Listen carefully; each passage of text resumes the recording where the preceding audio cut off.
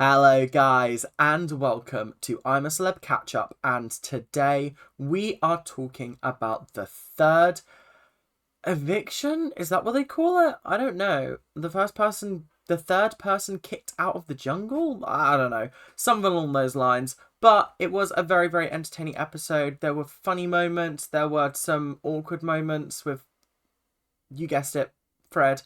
And then there were just some really weird moments, but we'll get into all of that later. Without much further ado, let's get straight into the episode. So the episode started with the usual pre-trial antics, also pre-Nella leaving antics, and Nigel said something along the lines of like, "Oh, once Nella goes, there'll be 50% of what we started with left in camp." And then I think it was Nick. Nick went, "No, 50% of 12 is 6, not 8." And Nigel went, "Oh, right." Oh, I really hope he was joking about that, but oh well. Not really much you could do.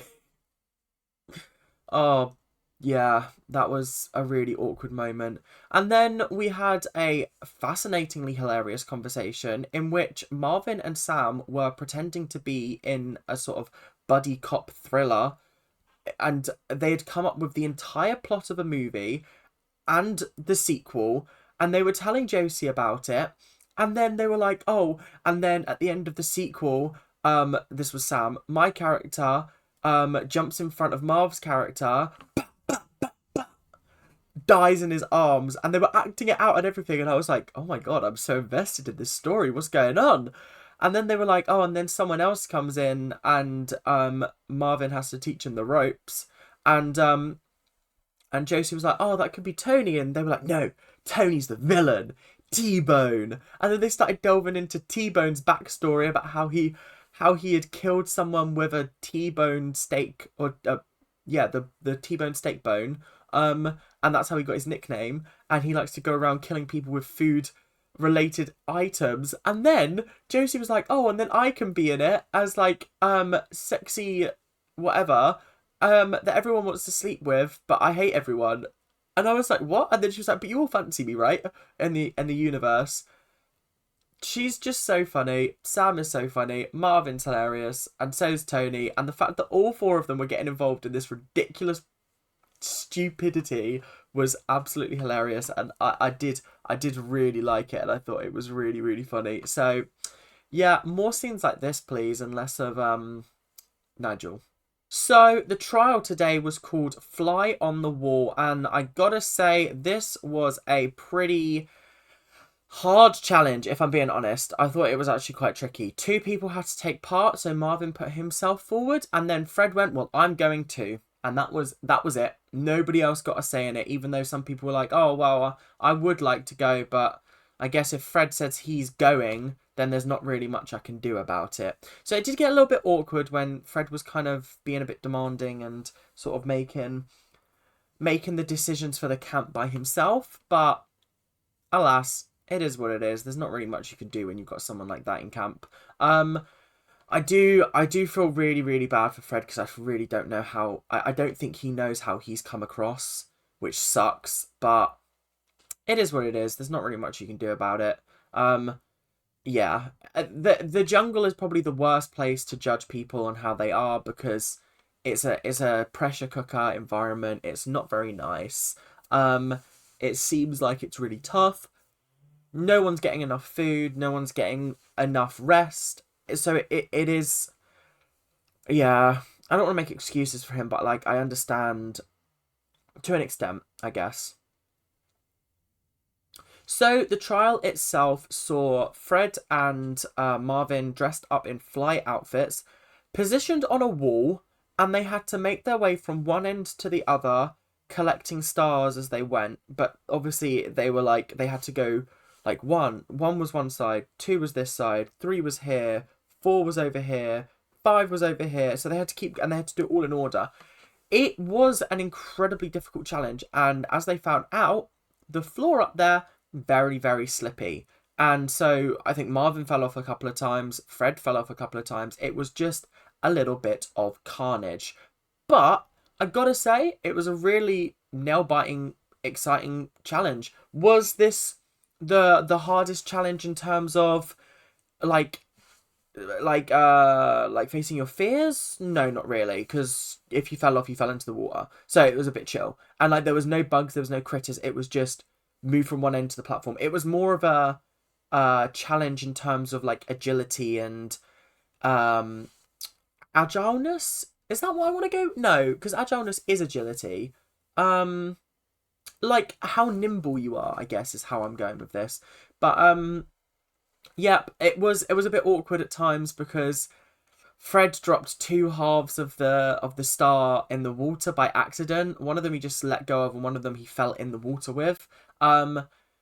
But fortunately, by the end of the trial, Marvin managed to use his two halves to put together. It wasn't like you had to match the halves together from each of them. And they managed to get 5 out of 8 stars, which I thought was quite good, considering it was actually quite a tricky trial. Every time they fell in the water, fortunately, they stopped the timer, so that was good.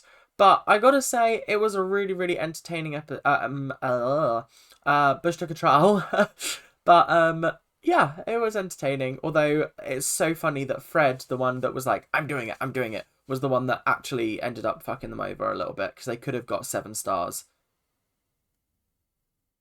Could they have? No, they could have got. They could have got 6 stars. Ignore me, not 7. They could have got 6 because they skipped 2 stars. Yes. So yeah, it was entertaining. I was thoroughly entertained. So with Nella leaving the camp, camp leader automatically went to Danielle, who was her vice leader, deputy. Is that what we're going with? I don't know. And she appointed Josie as her deputy, so the women are still in charge. It's crazy how there's only 2 females in camp and now 6 males, which is a bit crazy. I don't think we've ever had this sort of like this sort of this much of an uneven split is what I was trying to say. So yeah, it was interesting. They stirred the pot again. They put Sam and Nick on cooking duty, which we know Nick is a good chef because he's been on MasterChef and he's apparently really good. And Sam is chaotic and says he cannot cook, so that'll be very, very interesting to see what happens there. As for washing up fell to Marv and Tony. Marv and Fred were on water and dunny duty, and then Nigel and Fred had to do camp maintenance. So a lot of work to do. Some people have got 2 jobs. They're just gonna have to like it or lump it. I noticed Fred got maintenance and he got water dunny duty, whatever. So yeah, it was an effective mixing up of the roles, and it kept Fred away from the kitchen. So yeah, I think this is going to be quite entertaining and funny. I've seen a lot of people online claim that the girls are bullying Fred. I don't think that's what's happening at all, and I think he's enough of an adult to call it out if that's what he's seeing.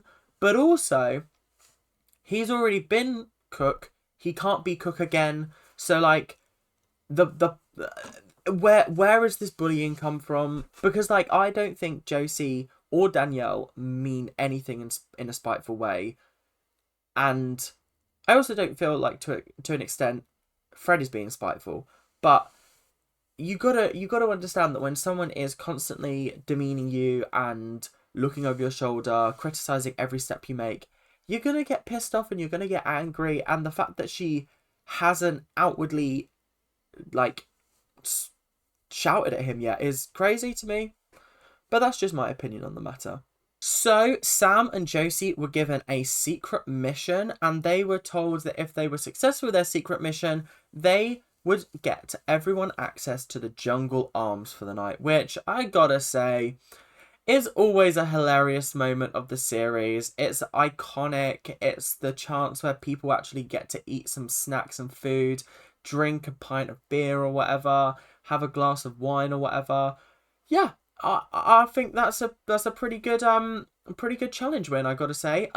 So what they had to do was they had to put tar on themselves, cover themselves in feather, put a koala mask on, go back to camp and claim that they failed the Dingo Dollar Challenge for the day. And Josie was like, "Oh, I'll just claim that they put some spiders in." And I was like, "Nah, I'm out."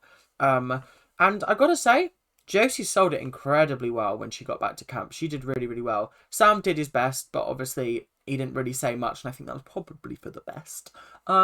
But yeah, Josie did really, really well. And then later on, they were told that they had to recruit someone. And I was like, oh no, who are they going to have to recruit? It was Tony. Of course it was Tony. And his task was to go up to Marvin and ask him to help him write a little ditty to his wife, including his nickname, Teddy, was it Teddy T or Teddy B? I can't remember. But it was just so funny because Marvin instantly came up with this really, really cool tune. And then Tony was trying to learn it. And then Tony performed it in front of everyone.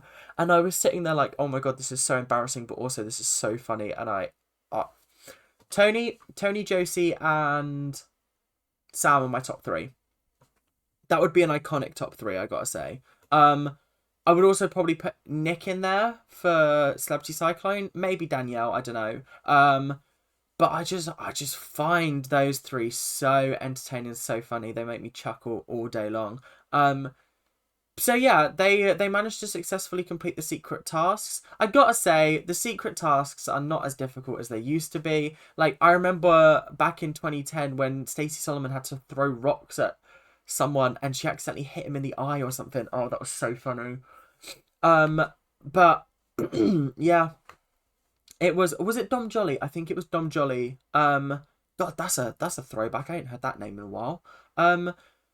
Yeah, that was entertaining. And then they went to the Jungle Arms, and of course, with the Jungle Arms comes some butchering of karaoke classics. We had Marvin and Sam singing "Everybody in Love, Go Put Your Hands." I feel like that's the song of the series. We've heard it every single episode pretty much because Sam will just not stop singing it. So he finally got to sing it with Marv on karaoke, which was hilarious. Then Fred did Three Little Birds. I say he did Three Little Birds. He killed 3 little birds and cooked them. Yeah, no, it was bad. It was really bad. I don't think he got a single note right, but it was very, very entertaining to watch. Josie rapped Rapper's Delight, which was very entertaining. I was a bit shocked by that. I expected her to choose something sort of more singing, but I also don't know whether she can sing or not. And then Tony sung LOVE, you know, L is for the way you look at me. He actually did really well. I was really impressed with him. Again, not musically gifted, but he held a tune and he did it. He did it to the best of his abilities. I didn't expect Tony Bellu to get up and start singing karaoke. You gotta admit that. He's always bringing out them surprises. Up next was Nigel. Oh, Nigel sung "I'm Too Sexy for This Shirt" by, I want to say Right Said Fred, but I could be wrong with that. I don't actually know. And then he started taking his top off. Oh God, just the thought of it makes me feel ill. Yeah, that was not a fun moment of the episode. Was it hilarious? Yes, it was. But was it also really cringy and awkward? Yeah, it was. It was, yeah, a bit awkward, I won't lie. And yeah, then they all sung 100 Miles. I wonder whether Danielle and Nick sung anything on karaoke because we didn't get to see them. But it was just a really entertaining segment, I gotta say. So dinner came along, and dinner was emu rump, and I gotta say, Sam and Nick did a very, very good job with it. Sam was very focused with his cutting up of the meat. Nick was very, very good at the cooking. Sam almost dropped the meat a couple of times, and I gotta say, there are people in the camp that really understand Sam's trouble with sort of focusing and his ADHD, and then there are people that just have no sympathy for him. And like, I feel like Tony at the start was very unsympathetic, but has become sympathetic because he spent more time with Sam. Whereas like Nigel and Fred were just like bitching and moaning about the fact that he was not concentrating. And then Fred was like, "Nope, you're not doing this anymore. You're not doing this anymore because you're not focusing." And I was like, first of all, who put you in charge? What's happening here? Because Nick's the one that's cooking. Sam is his partner in cooking. You are dunny duty, mate. Go empty the fucking toilet. It really winds me up because I gotta say, Sam was mucking about a little bit, and it was a little bit like, oh, he's about to drop the meat. But like, once he knew, he knew. You don't need to keep harping on about it. And then when he's trying to like get on with the job later on, you're telling him no. So like, yeah, let's just leave it there. Let's talk about who went home. And I gotta say, once again, I'm a little bit surprised, but I also feel like with the voting this year, normally you've got 4 or 5 that are like, yeah, they're gonna go early doors. But I feel like we've gotten to a point where Frankie was the only one where I was like, yeah, he's gonna go early. Everybody else, I was like, do you know what? I actually don't know where this is gonna go. Nella was a surprise for me yesterday because I really thought her fan base would pull through. Um, and Fred went home today, and I was really shocked again at that. But I also feel like that's because of his actions on here. Like, if you'd have told me that Fred would have been the third person to leave I'm a Celeb, I would have said you're lying. No way. But like after watching the show, I guess I'm surprised, but also not very surprised. The bottom two were Danielle and him, which doesn't really mean anything for Danielle because sometimes they just like to throw curveballs in there and not necessarily put whoever's second least in the rankings. But yeah, I just thought that was very interesting. It also, I think, I don't know, I think this proves it a little bit. Marvin was in the bottom two yesterday, but he was safe today, so I think that kind of proves it a little bit. But yeah, it was interesting. And then Fred was obviously quizzed by Ant and Dec, and he was sort of remaining sort of true to his sort of like, oh, Josie can't cook. And I was like, but you've seen her cook. Mate, you've eaten her food and you said this tastes really nice, so just leave it off. She's cooked on this morning more times than you probably have. So just chill. And I know that's not a mark of a good chef by any standard. Don't get me wrong. But I'm just saying, like, she knows what she's doing. It's not like she's completely inept. God. Right. Thank you guys very, very much for watching this episode. I hope you guys enjoyed, and I will see you guys tomorrow for another episode and another departure. Who goes? I'm hoping it's Nigel, but I don't think I'm right. I think it'll be between Danielle, Nick, and Marvin. I think those three are definitely in a precarious spot. But I would love it if Nigel went, I won't lie, because I'm kind of a bit bored of him now. He's not really brought anything interesting in the last week. So, without much further ado, I'll see you guys later. Keep on ranting. Bye now.